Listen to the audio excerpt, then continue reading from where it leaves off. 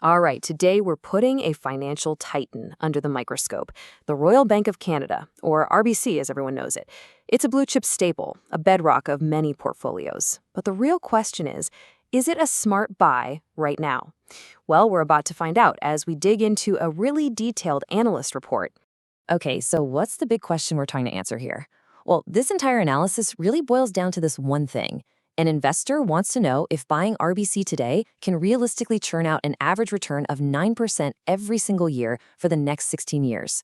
That's a pretty high bar, right? So let's see if the numbers actually back that up. So, before we even think about crunching numbers, we've got to understand what we're actually looking at. What is this business? What makes RBC tick? And more importantly, what gives it that incredible staying power? So if you look at RBC, it's not just your average bank. It's this diversified financial powerhouse. I mean, they're in everything: wealth management, insurance, big-time capital markets. But its bread and butter, its real core engine, is that Canadian banking operation, which, let's be honest, benefits from being one of the few big players in town. That oligopoly is a huge source of its consistent profits. So, how does a company like this stay on top for so long? Well, investors have a great term for this: a moat. Like the water around a castle. It's the exact same idea. It's some special feature of the business that protects its profits from competitors trying to storm the gates. And for RBC, that moat is built on four massive pillars. First up, its sheer size gives it huge cost advantages. Then you've got all the government regulations, which make it incredibly hard for a new bank to just pop up. And of course, there's the brand itself. People trust RBC. Finally, you have what we call high switching costs. I mean, think about it. Moving your mortgage or your investment accounts is a huge pain, so most people just don't. All right, so we've established it's a fantastic business, but here's the thing. Even the best business in the world can be a terrible investment if you overpay. So let's get into the nitty-gritty and see what the numbers are actually telling us. Okay, let's get right to it. The analyst figures the real intrinsic value of RBC is somewhere between $232 and $248 a share. And where's the stock trading right now? $234. I mean, it's smack dab in the middle. The big takeaway here, there is no obvious screaming bargain on the table. The market seems to know exactly what this company's worth. And just in case you were wondering about that DCF value, it stands for discounted cash flow. It's basically a fancy way of trying to predict all the money a company's going to make in the future and then figuring out what all that future cash is worth in today's dollars. It's an estimate, for sure, but a really, really useful one. So let's just pull all of that together. What do we got? A simple, sustainable business. Check.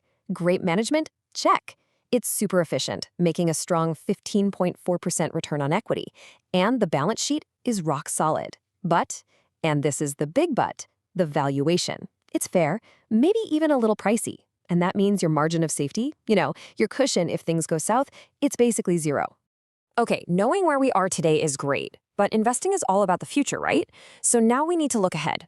What are the potential tailwinds that could push RBC forward, and what are the headwinds that might hold it back? I really like how the analyst did this. Instead of just listing pros and cons, they actually put numbers to it. They weighted everything. And the final score? 6.85 out of 10. Think of it like a solid B or a B minus. It tells you this is a good, stable company, but it's not going to set the world on fire. It's mature, it's balanced. So, what could that mean for the stock price? Well, let's imagine two different worlds. In the bear case, let's say a nasty recession hits, the stock could drop to around $190. But in the bull case, with a booming economy, we could see it climb all the way to $280. And right now, we're living somewhere right in the middle of those two extremes. This chart just nails the whole story, doesn't it? The risk score, 6.8, tells you it's a pretty safe bet. Great for a conservative investor. But look at the opportunity score, 7.2. It's good, but there's that huge catch, limited upside at the current valuation. It's a steady ship, not a rocket ship. Okay, this is the moment we've been building towards. We've looked at the business, the value, the risks, the opportunities. Now let's finally connect all of that back to our original goal and answer the most important question: what is the right price to pay? And this table just lays it all out for us. It's so clear. If you're happy with a 7% return, you could buy around $225. But remember our goal? We wanted 9% a year. And to get that, well, you need to buy in at $195. That's the magic number. So there it is. That's the number, 195 Canadian dollars. That is the magic price, according to this analysis, where this great company also becomes a great investment for a 9% return. And when you compare that to today's price of 234, well, that's a pretty big gap we need to close. So we have our target price, we have the current price, we've done all the homework. Let's wrap this up and give a final verdict. What's the call? Is it a buy, a hold, or a sell? And really, the entire story comes down to this one idea. RBC is what you'd call a high-quality compounder. It's an absolutely fantastic company that will grow your wealth steadily over the long haul. But, and it's a big but, the market already knows this. That quality is fully priced in. You're not getting a discount here. So the analyst's final call is not to sell. I mean, why would you? It's a great company.